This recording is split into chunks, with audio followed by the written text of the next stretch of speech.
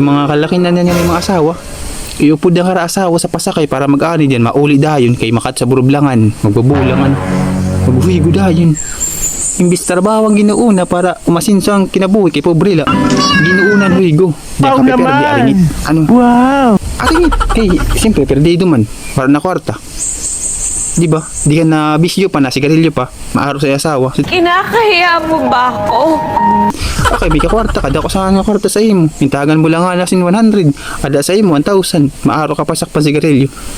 Ano? Nagigitsak niyo. Nagigitsak niyo. Ano, puro pagpapatawa ba? Puro nagpagpapatawa? Natural, ayoko magseryoso. Kasi lahat ng sineryoso ko, putang ina, iniwan ako!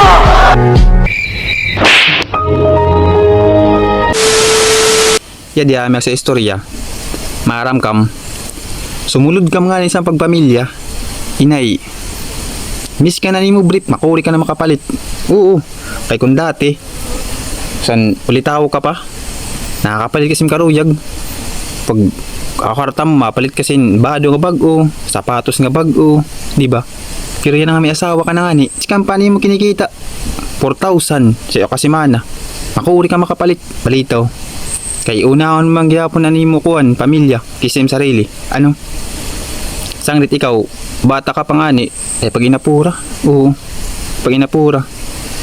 Kay Yuchiton, may ka nga ni kwarta. Di may itong para sa sarili na, para sa pamilya na, di ba? Kung tuhay kalat nga tatay, di ba? Kaya di ba kasi nga tatay maliwat? Pag nakakwarta, inom, huigo, halos ang pamilya yung pababayaan na, di ba? Diyan pag uli, mag-isog pa sa mga kuwan at sa balay, pamilya niya, asawa niya, anak niya, ang astigo pa, di ba? May itong ibang nga tatay, di man sahida, ang ibala.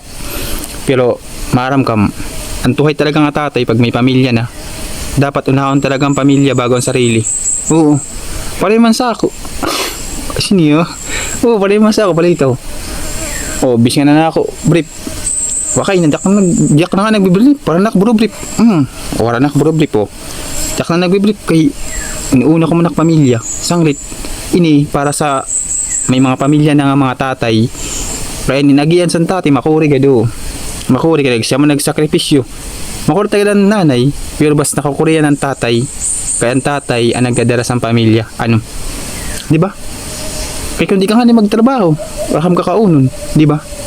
Ikaw nga tatay pero may mga galaw. Sa nga tanan yung mga bagay, ikaw ang magalaw. Ikaw ang mangunguna. Di ba? Pero kay Dana na iba, nangunguna kad makon sa trabaho. Pero abot sa kuan, babayaan. Pero sa niyan, yung mga kalaki na niyan yung may mga asawa, iupod ang kara asawa sa pasakay para mag-ani diyan, mauli dayon kay makat sa burublangan, magbabulangan, maghuhigo dayon.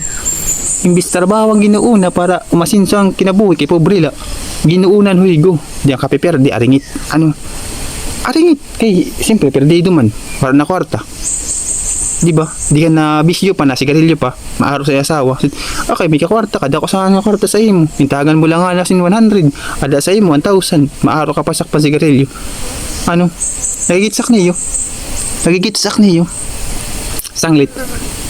Kita, ang mga may pamilya na, especially ang mga tatay, himo na itong atanan, at may himo sa ato pamilya. Nagigitsim sila na himo.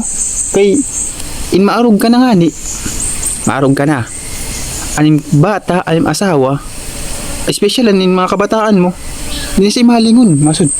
Sa una ako, sa kabataan pa kami, di kami tataging kukuan, bubuligan. Ano? Wala kami pa eskwela ha. Pag ginuna pag ininom, ginuna pag binulang. O yan na, nagsisi ka na, erog ka na. Di ba? May tinsad ko sa imo, habang makusog ka pa, nakapagtrabaho ka pa, pagpundar sa imo makakaya. Di ba? Di maksud nga apura ha, di maksud nga laksiha. Basta an imo lang may himo, ay pag unahan imo mga bisyo, kasi nga, huy, itong good nga huy, go. Doon ko nga higo na igod siton pag kinungkuhan kay naadi ka nga siton kada mong pakakwarta imbis ipahalit na bugas higo pa ano pamati pamati patatuktukan kayo sa mata pata